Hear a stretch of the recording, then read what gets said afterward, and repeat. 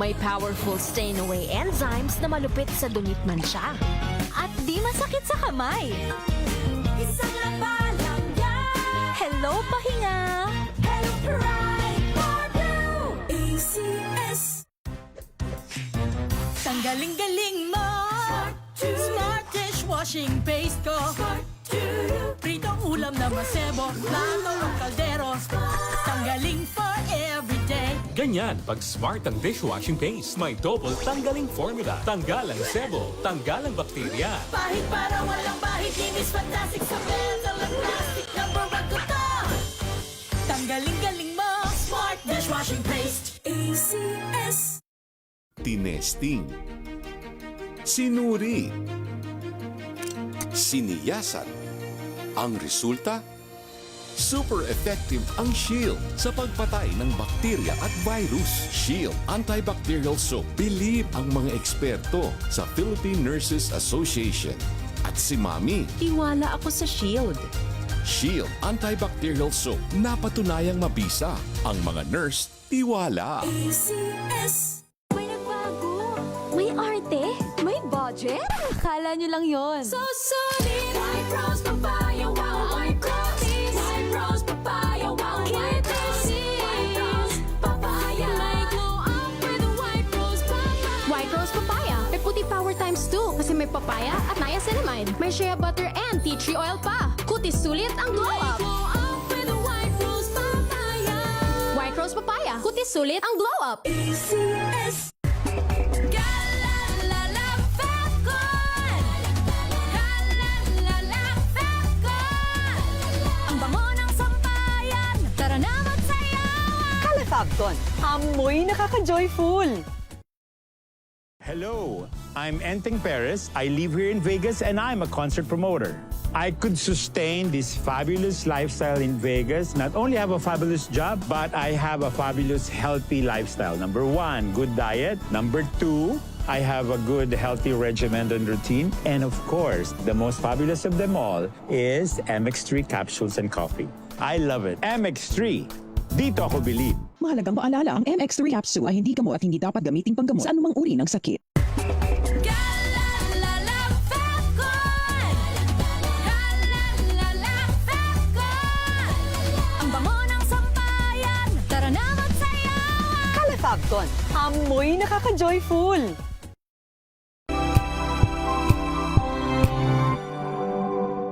Minuto makalipas ang alas 11. Iba na talaga ang panahon ngayon. Lalo na kapag kalusugan ang pinag-uusapan. Dapat talaga galing sa totoong eksperto. In short, totoong doktor.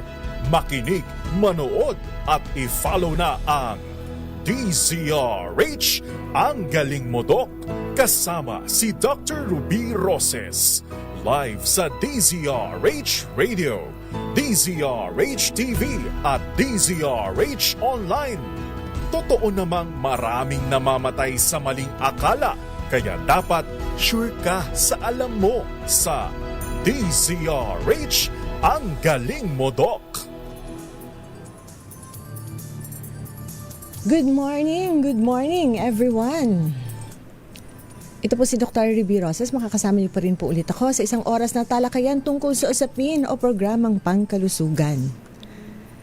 Ngayong buwan ho ng Hulyo ay National Blood Donor Month.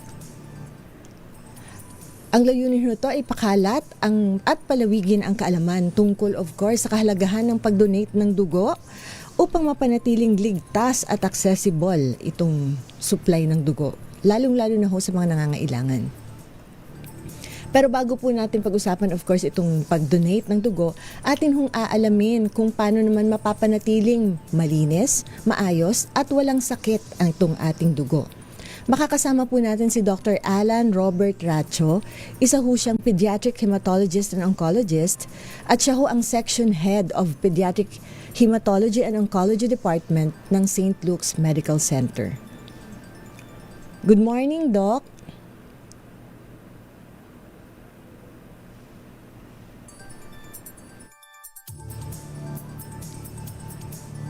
Okay, good morning, Doc. Naririnig na ho ba?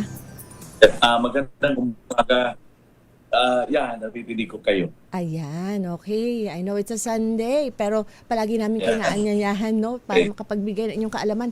Of course, kung saan kayo talaga eksperto. Ito, of course, yung sa dugo, no? Bago of course natin pag-usapan ang mga sakit, alamin ho muna natin, ano ho ba itong dugo? Ano ho yung mga components ng ating dugo? Okay. Ang dugo ay isa sa pinaka-importanting bahagi ng ating katawan, no? Parang ang dugo is an organ in itself. So, ang dugo po ay made up of yung tinatawag nating solid and liquid elements. So, ano bang ibig sabihin ng solid elements? Yung solid elements are cells na napaka-importante sa ating katawan. At primarily, 3 bahagi po siya. No? Mayroong pula or pulang dugo, mayroong puting dugo, at saka mayroong platelets. No? So, bakit po importante ang pulang dugo? Kasi alam niyo po, yung pulang dugo, nandyan po yung tinatawag nating hemoglobin. Now, dapat malaman ng ating mga tagapakinig, no, na walang organ ng ating katawan na gumagana pag hindi nabibigyan ng good oxygen supply. So, yung puso natin, yung ating brain, yung ating liver, lahat ng katawan, ayun po ang gasolina or that serves as the fuel of these organs for them to function, ay yung tinatawag ng oxygen. So, yun ang primary function ng ating pulang dugo. Siya yung magdadala at parang carrier ng oxygen para ma-deliver sa different organs of the body at for these organs to function. No? Number 2, ang white blood cells. Ay napaka-importante ng white blood cells kasi po, alam mo naman, ang mundo ngayon ay napakadumi. No? Lahat ng kinakain natin, lahat ng hinahawakan natin, lahat ng pinupuntahang hangin natin, kung saan-saan tayo pupunta, they are all contaminated with bacteria, viruses, fungus, lahat po nandiyan yan sa ating environment. No? Now, ang primary function ng ating white blood cells ay sila po yung sundalo that serves to protect us para hindi tayo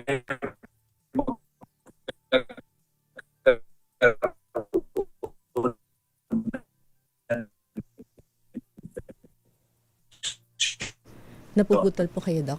Ano po ulit yun? Kasi, ng or pulang dugo, lalo na para sa mga bacterial infection, yung mga normal lymphocytes, yun po ay lumalaban para sa viral infection, pati mga monocytes at lahat-lahat. No? At pangatlo, yung platelets, ang dugo po kasi natin is in its liquid state. No? Kasi dapat, nasa liquid yung ating dugo kasi i-deliver po siya sa iba't ibang parte ng katawan, no? Kung hindi siya liquid state, kung namumuo siya or solid, paano yan ma-deliver sa puso, sa heart, sa liver, or kung ano-ano, no? Kaya, kailangan ang liquid is in its liquid state. Ngayon, ang delikado, kasi pag nagkaroon tayo ng sugat, siyempre, everyday, na-expose tayo for trauma, nauuntog, nababangga, sumasabit kung saan-saan. Kung wala naman tayong protection nun, delikado, baka mag-bleeding tayo at maubos yung ating dugo. So, ang ginagawa ng platelets ay pampaampat ng dugo. Para pag mayroon man tayong konting sugat, natusok man tayo or nabunggo, hindi tayo magkakaroon ng significant bleeding. No? Tapos, yung liquid state, mayroon din tayong tinatawag na immunoglobulins or antibodies that serves also to protect us from possible infection. So, napakabahagi, napaka-importante ng mga different components ng ating dugo that help an individual survive in this world. Ayan, talagang napaka-importante nga at kumbaga, no, especially in yung nabanggit niyo pong mga solid components, bawat isa, meron silang role na ginagawa at ginagampanan rather sa ating katawan para mapanatili tayong malusog. Kaya importante din na itong ating dugo is malinis, At talagang tama po, no? May bilang ho ito, Doc, no? Tama po. So, dapat na maintain yung bilang na to para magawa niya yung tama o dapat niyang gawin. Okay. Now, itong dugo, Doc, saan ho ba siya ginagawa? Kailan malinis, Okay. Doc, itong dugo natin, saan ho ba ito ginagawa? Maraming laman yan. Ang dugo po ay primarily yung mga solid components ng ating dugo ay ginagawa sa loob ng bone marrow. No? Ayun tinatawag natin bulalo. Yun yung pinakamasarap kainin. Pag bumili tayo ng buto, sa loob ng buto ay nandyan po yung bulalo, yun po yung bone marrow. So yun ang factory ng dugo. No? Merong ibang components sa dugo, ginagawa sa liver, no?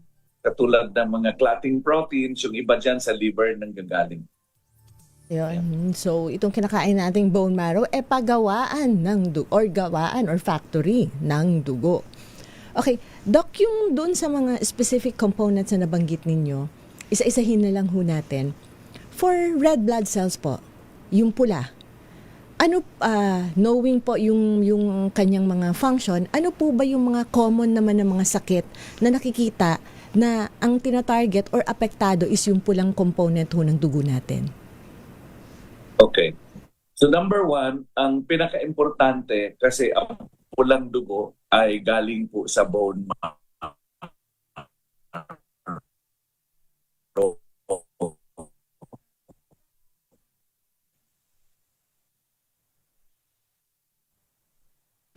Okay, nawala si Doc. Pinag-uusapan pa naman namin kung ano yung mga sakit, no, na mga affecting the components. Okay, affecting the components kasi sabi nga nabanggit kanina, Doc, may magkakaibang components ang ating dugo. Possible bone marrow problem.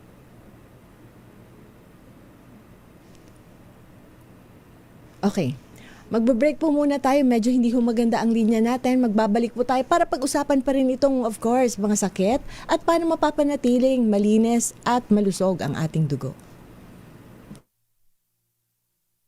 This time check is brought to you by AC.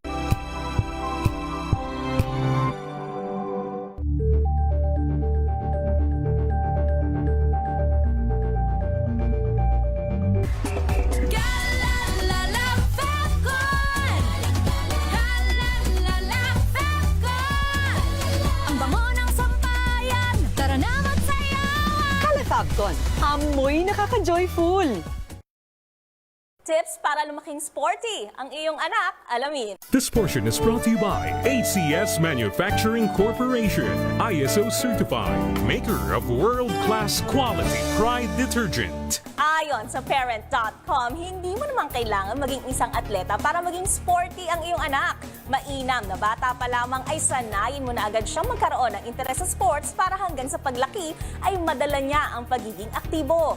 Kung kaya't bilang magulang, huwag kalimutang to lead by example. Ika nga nila kung ano ang ginagawa ng magulang, ginagaya ng anak. Gawin yung bonding ang mga athletic activities. Turuan siyang mag-bike, maglaro ng bola, maging adventurous at manood ng mga sporting events. Bukod pa riyan, makatutulong din kung aayain mo ang iba niyang kaibigan na makasama niya sa paglalaro. Pero tandaan, hikayatin lamang at huwag pilitin ang inyong chikiting. This portion is brought to you by ACS Manufacturing Corporation, ISO certified, maker of world-class quality Pride detergent. Maagang balitaan, maagang usapan sa mga issue at balita. Kasama si Kuya Angelo Palmones sa Magandang Umaga Pilipinas. Hello, Washi! Laundry day na naman! Yay! Anong meron? Mancha ng chocolate, putik, may libag pa! Kaya natin yan! With Pride Washing Machine Detergent, may triple stain-away formula. Tanggal ang makapit, madikit, at malupit na dumikmancha. Kaya easy-easy ang labada. Mula noon hanggang ngayon! All you need is pride. All you need is pride. ACS. Maulan man, no worries na amoy kulog ang damit. Charm Fabcon, pangong pumakabloom, tanggal amoy kulog sa bango ng Charm. Kaya gamit ko, Charm Fabcon with Bloom Fresh technology. Kills 99.9% of kulob-causing bacteria. May aroma burst pa of thousands of flowers and berries. Ang sampay sa loob, no amoy kulob. Pangong pumakabloom sa Charm. Charm Fabcon. ACS. Wow, ang saya. Isang barangay na labada, puro mancha pa. Goodbye, pahinga. Mommy, isang laba lang yan sa Pride Bar Blue. May powerful stain-away enzymes na malupit sa dumit mancha. At di masakit sa kamay. Isang laba lang yan. Hello, pahinga. Hello, Pride Bar Blue. ACS. Sa lahat ng bagay, simula pa lang, siguraduhing max protection na. Kasi pag kulang ang proteksyon, baka madaling masira. Sa ngipin, dapat may max protection din. Max sa halaga ng unique toothpaste. With Max Protect Formula, help stop cavities before they start, while keeping breath fresh. Try unique maximum fluoride protection para max alaga, max protektado. ACS. Galalala Fabcon. Galalala Fabcon. Ang bango ng sampayan, tara na magsayawan. Kalafabcon, amoy nakaka-joyful! Sa puso ng kalikasan, natatangi ang prutas ng mangosteen. Ito ay nagtataglay ng antioxidant compounds na alpha, beta at gamma mangosteen. Ang MX3 capsule ay isang food supplement na gawa sa natural na mangosteen. Ito ay tested and proven to help avoid knee joint pain discomfort para iwas-iwas sa sakit with long-term supplementation 2 capsules daily. MX3 capsule, tunay, natural at original. Mahalagang paalala, ang MX3 capsule ay hindi gamot at hindi dapat gamiting panggamot sa anumang uri ng sakit. Galalala Fabcon. Galalala Fabcon. Ang bango ng sampayan, tara na magsayawan. Kalafabcon, amoy nakaka-joyful! I'm Jovi Kalmov. Currently, I am the Vice President for NAFA, which stands for the National Federation of Filipino-American Association for the state of Arizona. In order for me to perform very well, I really make sure that my physical and spiritual wellness is really in order. And of course, the help of MX3 capsule. This is the secret. MX3, dito ako believe. Mahalagang paalala, ang MX3 capsule ay hindi gamot at hindi dapat gamiting panggamot sa anumang uri ng sakit. Galalala Fabcon. Galalala Fabcon. Ang bango ng sampayan, tara na magsayawan. Kalafabcon, amoy nakaka-joyful!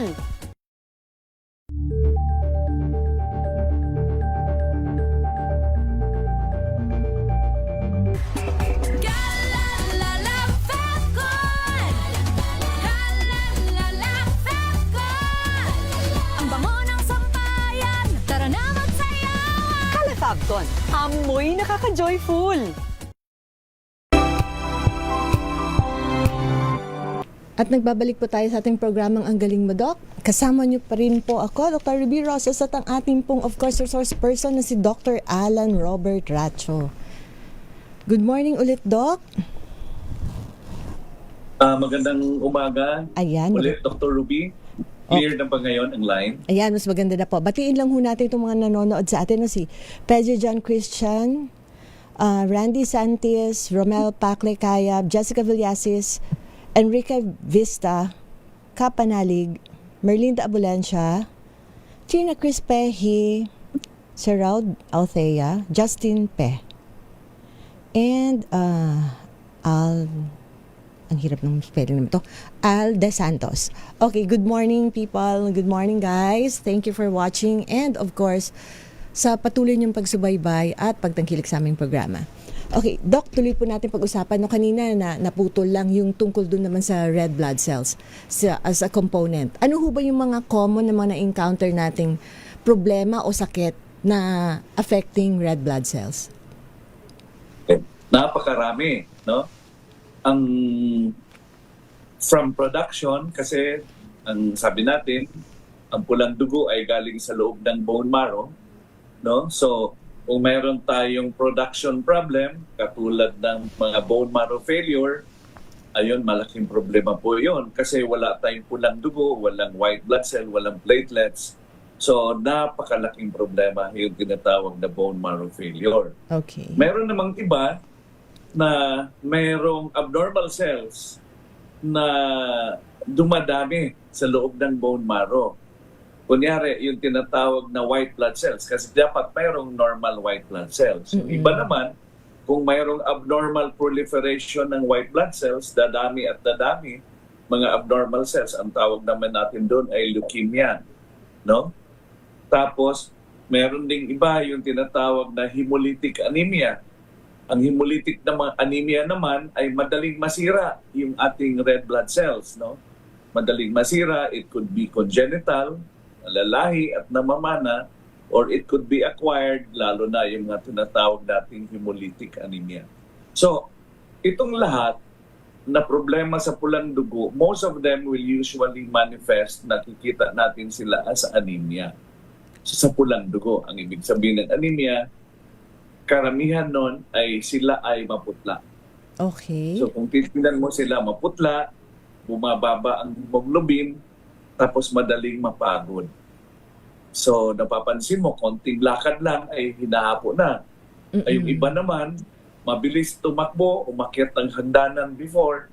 Eh ngayon, pag akyat ng hagdanan, nasa gitna pa lang, hindi pa umabot sa second floor, ay hapong-hapo na parang nalulunod sila at medyo naghahanap sila ng parang hangin or oxygen.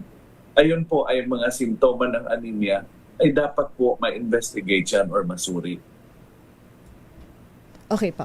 Doc, bale, kung sa pulang dugo, pag kulang ho ng pula o kulang ng component ng pulang dugo, anemia. Tama po, Doc? Anemia. Okay. Tama. Paano po pag sobra naman sa pulang dugo? Ang sobra naman sa pulang dugo, ang tawag doon ay polycythemia naman. Okay po. Malabo.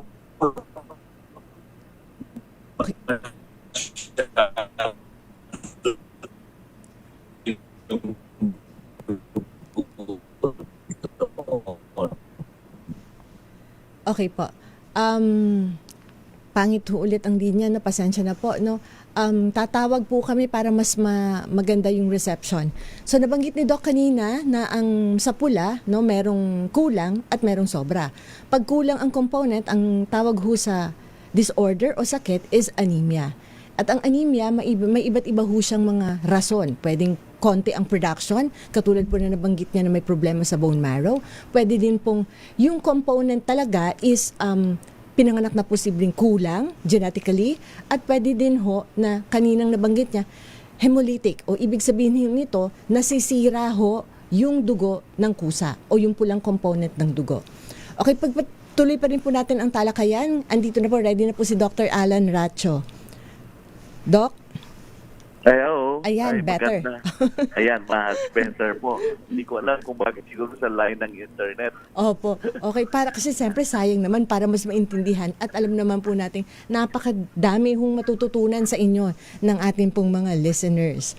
Okay, Doc, so we're done with anemia. Pagdating naman po dun sa mas maraming red blood cells, ang tawag po sa sakit is nabanggit nyo po na polycythemia. Yes po. Ang tawag natin doon ay polycythemia. Okay, ano naman po ang magiging epekto kung mas marami po o marami yung red blood cells? Okay. Ang problema po, mayroong polycythemia ay sa sobrang lapot ng dugo ay nahihirapan ng dumaloy. Okay. Parte ng katawan, no? So kaya ang nangyayari, hindi na po nakakapasok ang dugo sa brain, sa puso, sa liver, dahil nga po sobrang lapot. So magkakaroon din tayo ng manifestations na parang madaling mapagod din kasi kulang ng oxygen. At pangalawa, parang feeling mo laging puno yung ulo mo at madali kang mapagod. At saka namumula. Kasi ang pamumutla parang maputla. No? Kakulangan. Yung polycythemia naman, makikita mo, sobrang pulang-pula naman yung pasyente dahil na mataas ang kanyang red blood cell or hemoglobin content. Okay. So, medyo ano din, no? Mahirap din. Kung kulang, anemic ka. Pag sobra, polycythemia naman, parehong may problema. Now, Doc, wala ho bang, well, this is relating to, of course, doon sa amount rather, no, na mas konti o mas madami. Meron ho ba namang, halimbawa, cancer involving red blood cells? Meron po. Yung polycythemia in itself, maraming klase po yan. No?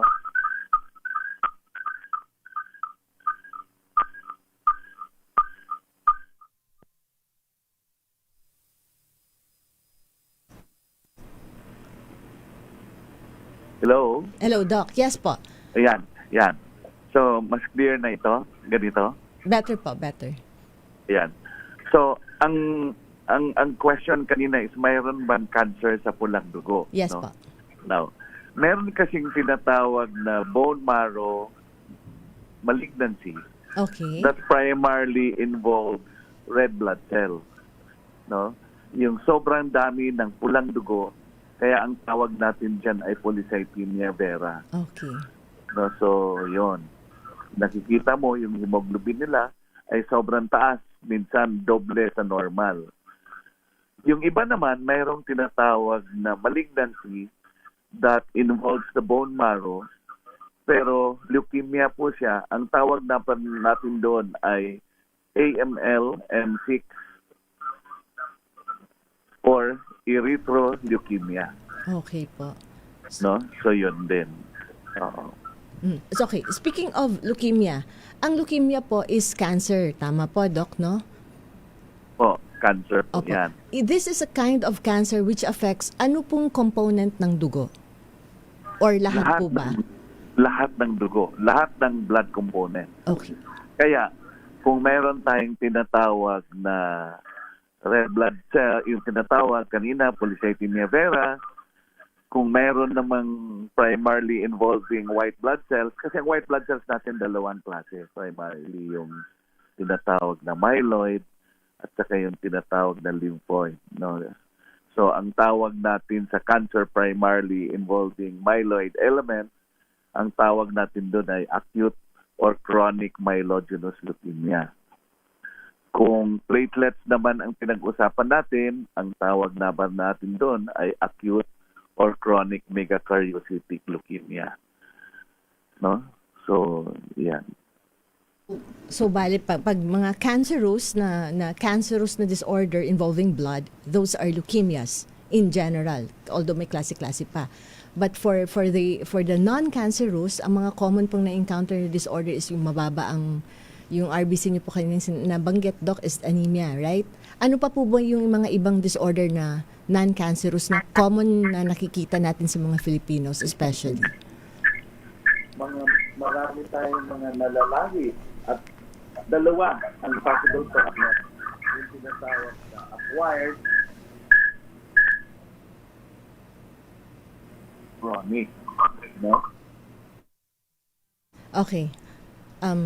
Doc, magbabalik po ulit tayo pagkataan lang ng maiksing paalala. Ang oras na yan ay hatid sa inyo ng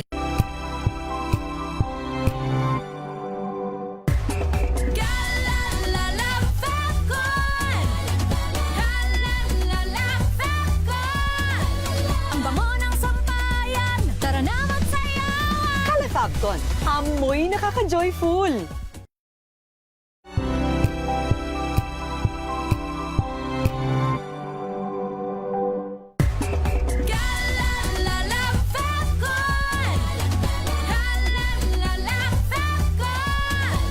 Ang bango ng sampayan, tara na magsayawan. Calafabcon, amoy nakaka-joyful.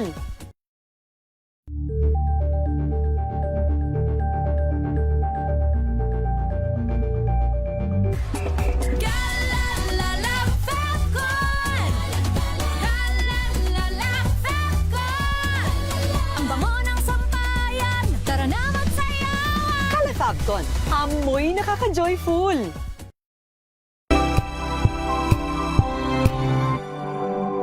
Simula Lunes hanggang Biyernes.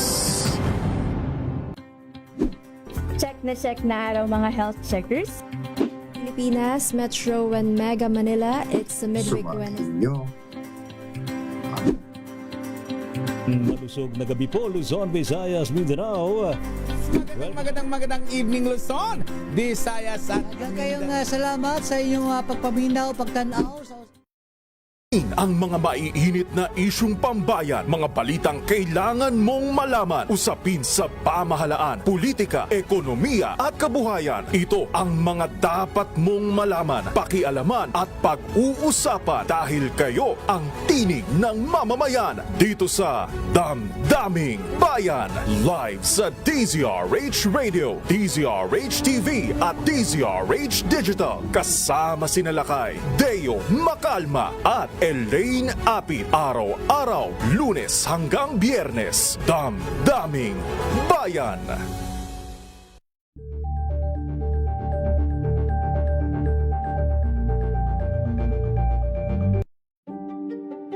Buklatin ang mga pahina.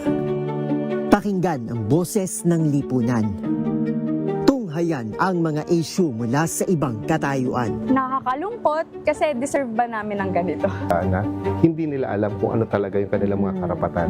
Yung gobyerno, tinulungan nila yung kanilang magsasaka. Pinapatahimik tayong lahat using various laws. Through education, kayang-kaya nating baguhin yung ganitong klaseng pag-iisip. Isang kwento, iba't ibang anggulo. Dito, sa Point of View.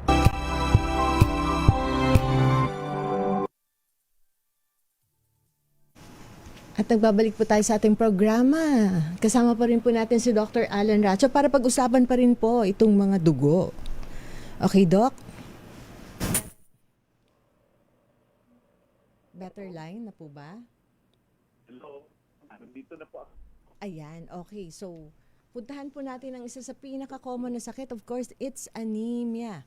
Okay, sa anemia po, ano po yung mga manifestations o mga sintomas usually, Doc, na nararamdaman ng isang tao o napapansin para sabihin meron ho siyang anemia? Okay. Ang anemia, ang ibig sabihin po ay mababa ang pulang dugo, no?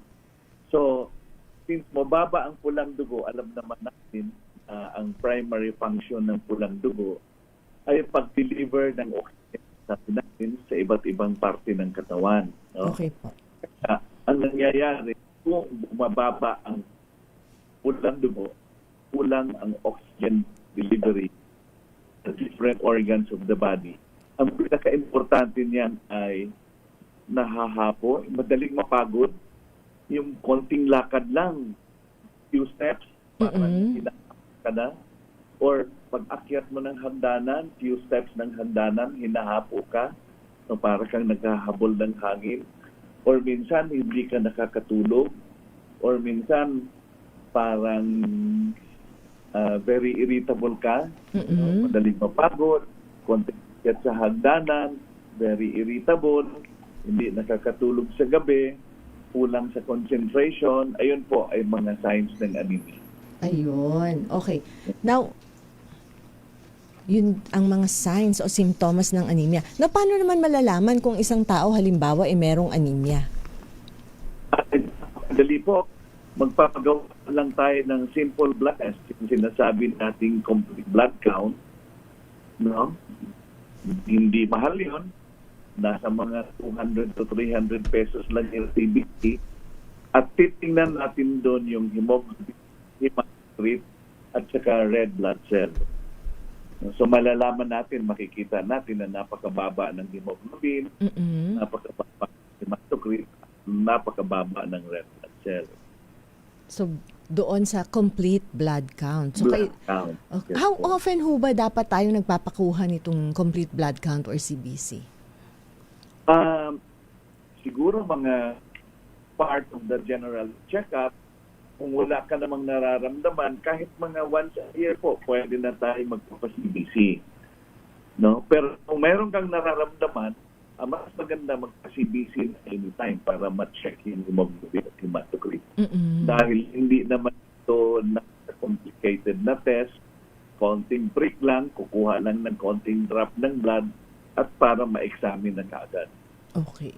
Now, Doc, yung naririnig natin, of course, minsan sa mga kapitbahay natin o sa mga taong nag-uusap, di ba, parang sinasabi na, ay, low blood ako, so anemic ako. How true is that?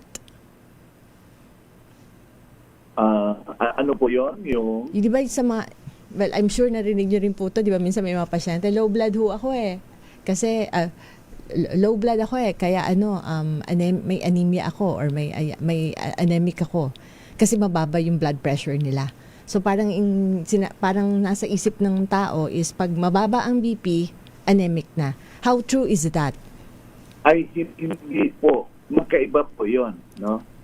Kasi ang anemia, mababa ang red cell mass, yung pulang dugo. Pero ang blood pressure kasi, yung tinatawag na low blood or high blood, ayun po ay pressure ng dugo sa loob ng ugat. So magkaiba po yon. Hindi po not necessarily na high blood ka, mataas yung red blood cell mo. Opo. Hindi naman ang sabi na mababa ang red blood cell mo ay low blood ka. Okay. Magkaiba po. Now, since we're talking of anemia, what about itong naririnig naman natin na thalassemia? Okay. Ang thalassemia is isang nalalahi at namamana na problema primarily involving red blood cell. Madaling masira yung kanilang red blood cell kasi meron po tayong tinatawag na defect sa production ng hemoglobin. Ang hemoglobin ay isang bahagi po ng ating pulang dugo. At ang main function talaga ng hemoglobin, yun po yung bahagi ng pulang dugo na nagdadala ng oxygen at dinideliver sa iba't ibang parte ng katawan. Pero since mayroong thalassemia, ang ibig sabihin ng thalassemia ay nasa lahi or namamana na kulang yung production ng globin. Kaya kung kulang ang production ng globin, kulang ang hemoglobin, kaya madaling masira yung red blood cell at madaling mapagod kasi most of these patients are anemic. Now, ang thalassemia lang, mayroon tinatawag na major at saka minor. Anong ibig sabihin nun? Ang major ay siya po yung namana niya, ang both parents ay pareho meron. Nabubuo sa bata. So when we say thalassemia major, ito po yung clinical presentation na nakikita natin sa bata. This is the patient that will need blood transfusion monthly. Walang palya po yon. Yung tinatawag na minor is or mild thalassemia, isa lang po sa parents ang mayroon.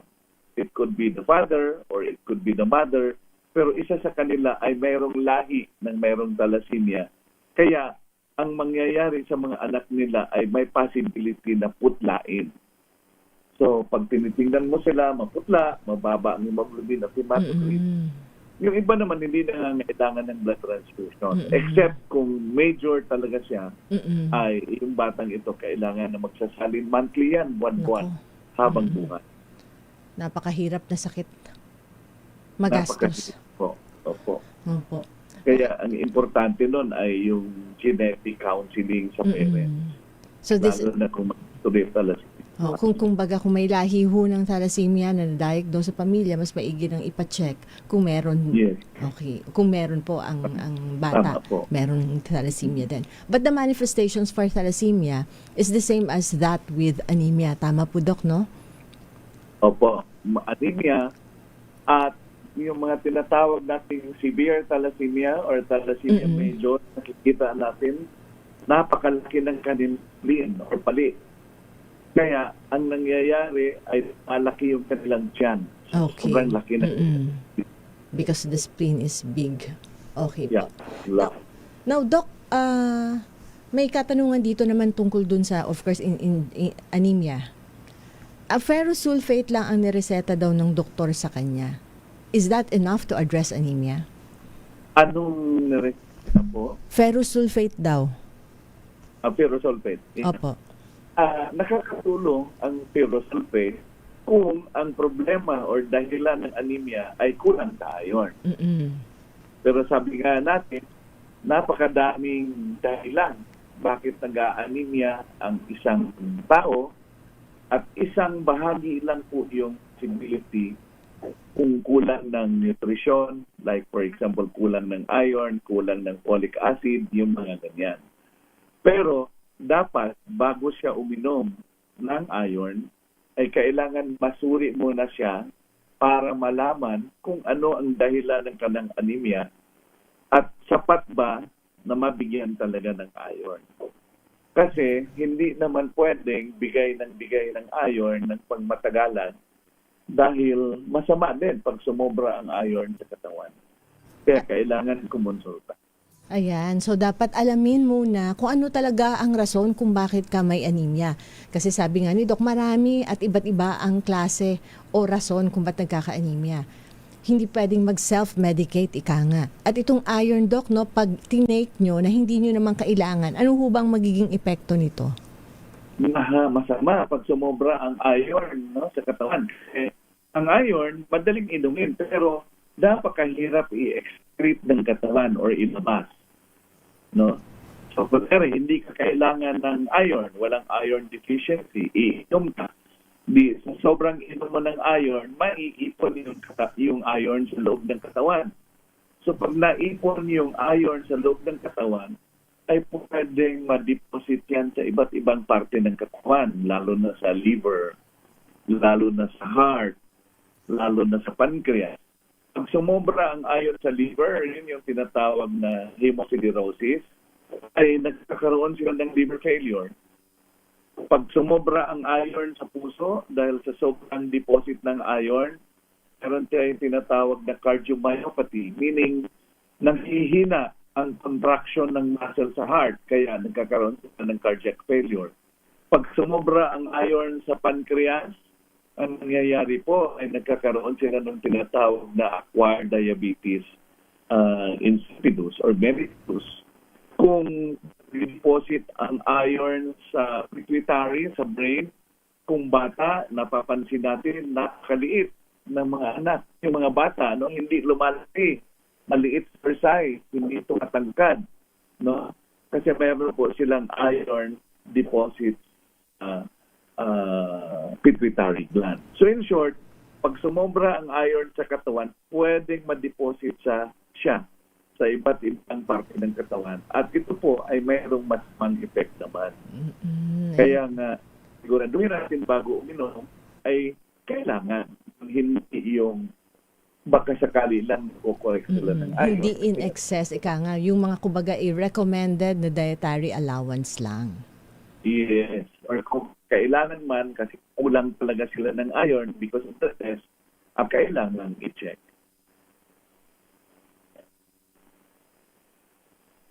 Kailangan pa rin syempre, of course, na guided ito. Yung management, ika nga, or treatment, guided dapat ng isang doktor. Okay. Yes po.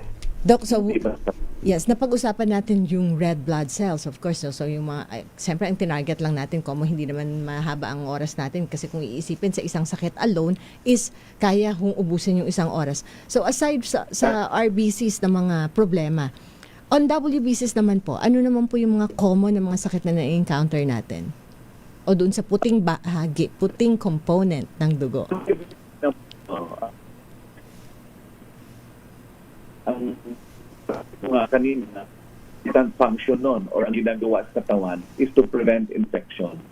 No? Kasi yun ang panlaban natin.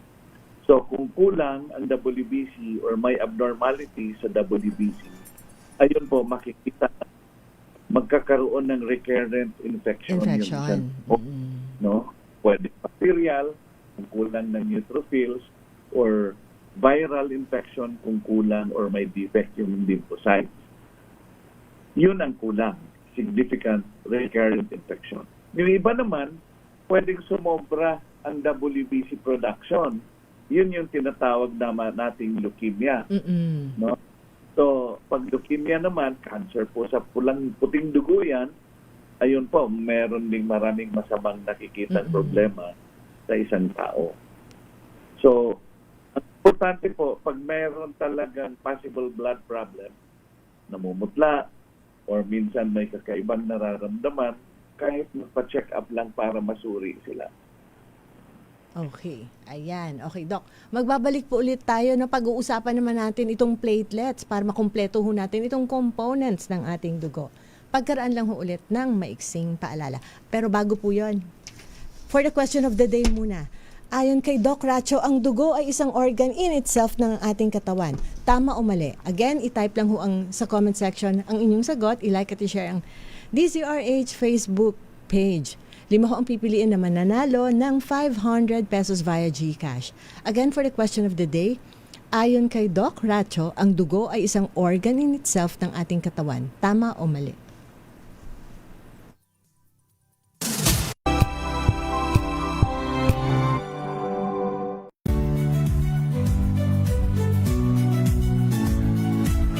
Magandang araw mga kaibigan. Ito po ang inyong balerina ng bayan, si Lisa Makuhay Lizalde, na nag-aanyaya sa inyong samahan kami at ang aming mga espesyal na panauhin para sa kalahating oras ng masayang kwentuhan sa aming programang Art to Art, kung saan ang usapang sining at kultura ay para sa lahat.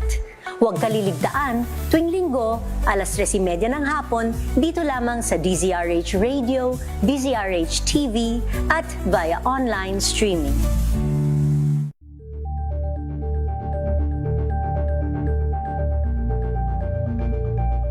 Curious ka ba sa maraming bagay? Kami na ang bahala dyan. Aalamin, tutuklasin at bibigyang linaw namin ang mga katanungang bumabagabag sa inyong isipan.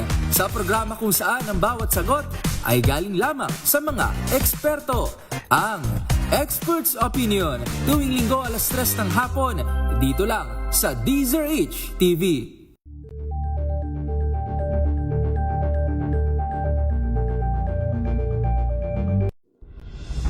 Tuloy-tuloy ang pagtulong, tuloy-tuloy ang pagseserbisyo, at tuloy-tuloy ang balitaan kasama si May Binauhan sa Operation Tulong mula Lunes hanggang Biyernes. Luzon, Visayas at Mindanao. Ating isang oras na balita at talakayan ngayong araw ng At linggo. ito ang programang Maynila, ito ang Pilipinas. Samahan po ninyo hanggang alas 9 ng umaga sa Isyong Pambayan. Giselle Ricofor. Naman si Edniel Parroso. Maraming salamat and of course sa mga sumama sa atin. Luzon, Visayas at Mindanao, programang Ang Galing Mo Daw. Isang kwento, iba't ibang anggulo. Muli ako po, si Art. Kasabay ng mga hamon at pagbabago sa paglipas ng panahon, nananatiling tapat ang DZRH sa paghahatid ng serbisyo sa publiko.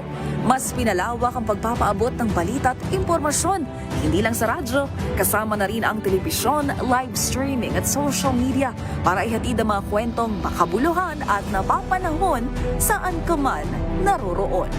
Mula noon hanggang ngayon, mananatiling kaagapay mo ang DZRH, naninindigan sa paghahatid ng katotohanan at sa paglaban sa patuloy na pagkalat ng disinformasyon at sa pagyakap sa makabagong teknolohiya at sa patuloy na pagsulat ng kasaysayan, mananatiling kasama mo ang DZRH saan ka man sa mundo.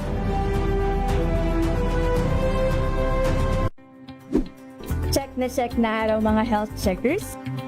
Ang mabuting balita ng ating Panginoon. Kasama pa rin ang ating mga Programang Ang Galing Mo, Doc.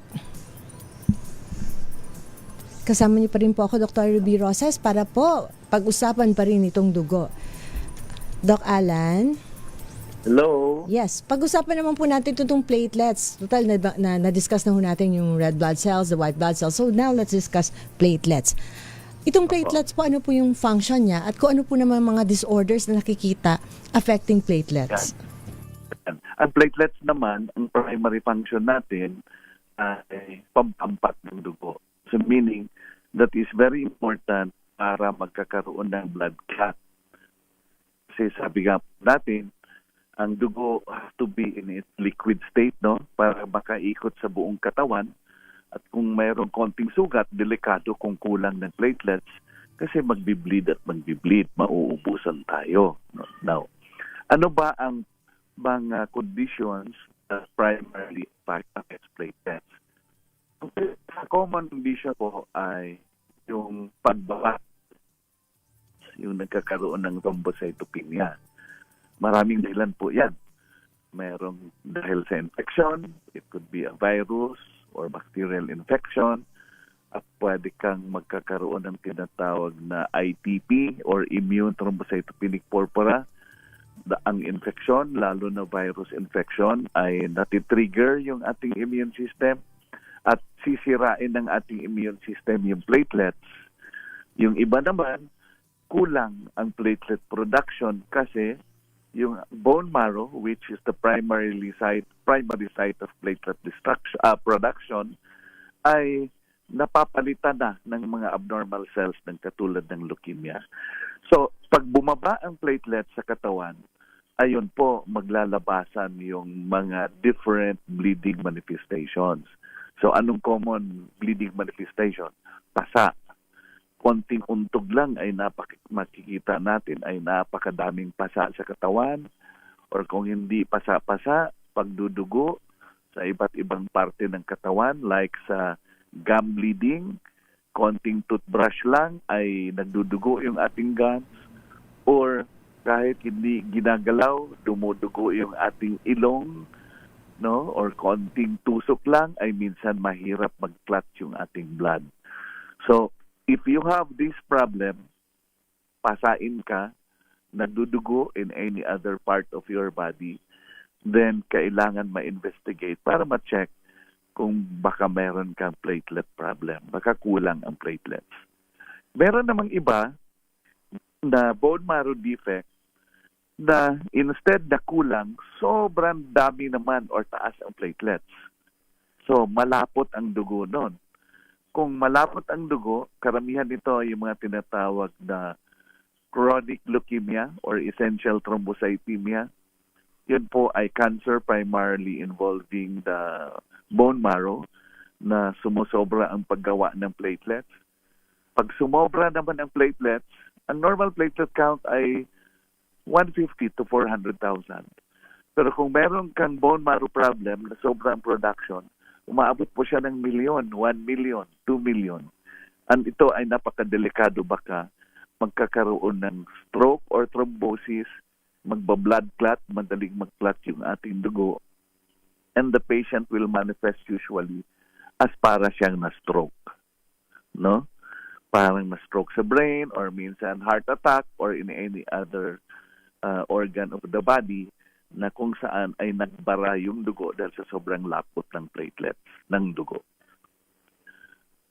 So kung mayroong ganyan, dapat ma-investigate din at magpa-check up sila.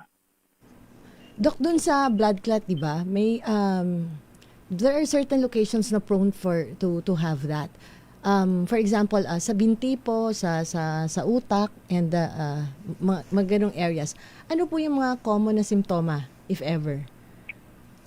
Ang common symptoms, lalo na pag mayroong manifestations of stroke, headache, sumasakit ng gusto yung ulo, or minsan parang stroke, mayroong sudden weakness, no? Weakness in any other part of the body, parang one-sided weakness, or pwedeng mayroong focal, pwedeng mag-seizure sila, no? Parang na-stroke. Yun ang common manifestation pag sumobra na ang lapot. Okay, wala naman pong parang genetic predisposition?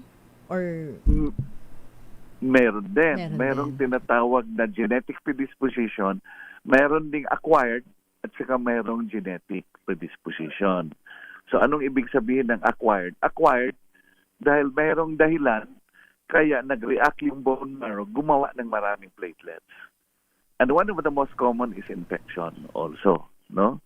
Pero yung mga genetic or mga malignancy, yung mga, sabi ko kanina, cancer primarily involving the bone marrow, na ang effect niya ay sobrang gawa naman ng platelets, yung tinatawag nating essential thrombocythemia. Yung mga ganito, these are all acquired, kaya kailangan i-address kung ano man yung dahilan. Kunyari, infection, gagamutin yung infection, kusang bababa lang yung platelets. Kung essential thrombocythemia siya or bone marrow problem, gagamutin lang yon para bumaba ang platelets. Merong iba naman, genetic. No? So since genetic sila, meron silang tinatawag na mataas na platelets. Kaya may tendency na tumataas ang platelets. At kailangan may address din ito, ma-investigate para ma-address. Okay. Now, Doc, since sa pag-usapan natin ang dugo at di ba, kailangan ka namang panatilihing malinis ang ating dugo. Ano ho naman ang mga advice ninyo para mapanatiling malinis o malusog? Especially itong dugo natin sa katawan. Okay. So sa ngayon po, nakita ko nga sa programa natin, Blood Donation Month. No? The month of July is Blood Donation Month.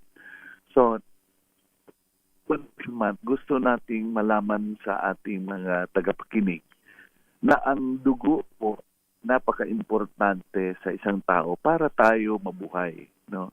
Kaya napaka-importante din natin mag-donate ng dugo para sa nangangailangan. Actually, wala nang nagbibenta ng dugo ngayon pero dapat kusa tayong magbibigay ng dugo para madugtungan natin yung mga nangangailangan kung may problema. Madudugtungan natin yung buhay nila. Ang maganda lang sa blood transfusion, hindi po yan katulad ng ibang organs na pag nag-donate ka kunyari ng ay nababawasan ka na ng isang kidney. Pag nag-donate ka ng ang dugo ko hindi.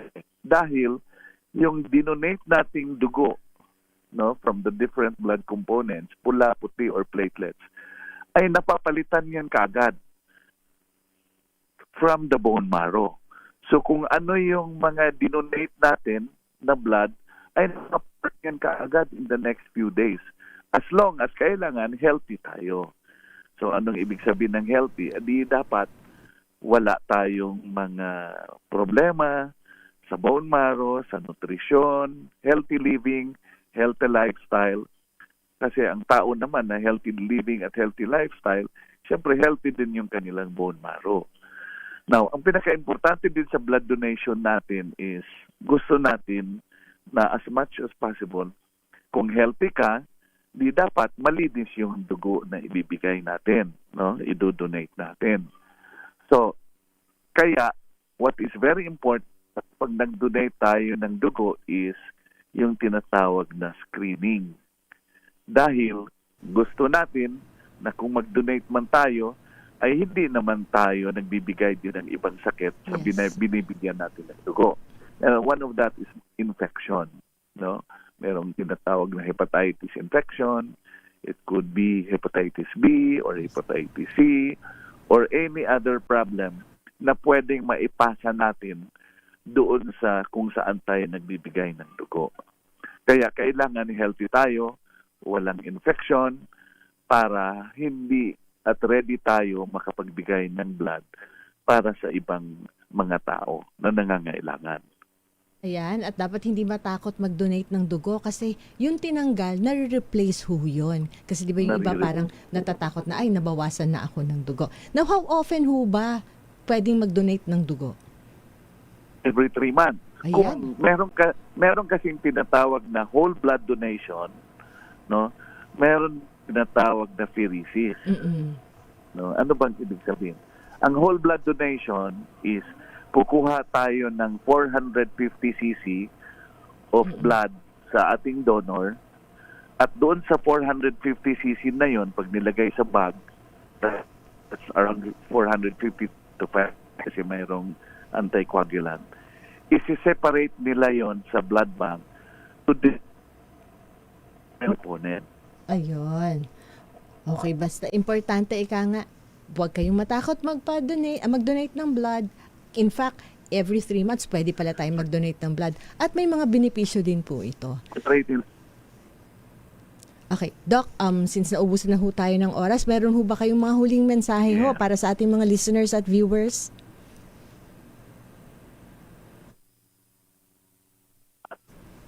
Wala naman, basta importante ramdaman na kakaiba sa katawan, lalo na sa dugo, ay huwag mag-hesitate na pumunta sa isang doktor para ma-investigate at para masuri. Doon naman sa possible donors ng dugo, huwag kayong matakot kasi nga po, sabi natin, pag nag-donate ng blood, nakakabata yon. Bakit? Kasi napapalitan ng young blood yung mga dinodonate pong cells. Baka doon sila mas mainganyo nung sinabi yung nakakabata. Nakakabata yon. Opo. Okay. Thank you, Doc, again for giving us time. And, I know it's a Sunday. Mabuhay ho kayo. Okay, salamat po. Okay. Napakaganda ng topic, kaso wala na ho tayong oras. So, dito po nagtatapos ang ating programa, pero bago po yon, ito ho ang mga nanalo sa ating question of the day. Congratulations to E.S. Erojo, Frances Lopez, Diana Feji, Nicolas Juril, and Ramil Pasha. Again, congratulations to E.S. Erojo, Frances Lopez, Diana Feji, Nicolas Juril, and Ramil Pasha.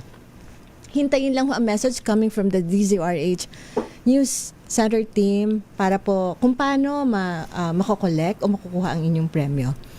At dito po nagtatapos ang ating programang Ang Galing Mo, Doc. Maraming salamat po sa patuloy na pagsubaybay at naway patuloy pa rin po kayong sumubaybay. At naway marami ho kayong natutunan dito sa ating episode na ang topic of course is ang dugo. Again, happy Sunday everyone. Ito po si Dr. Ruby Rosas nagpapaalam.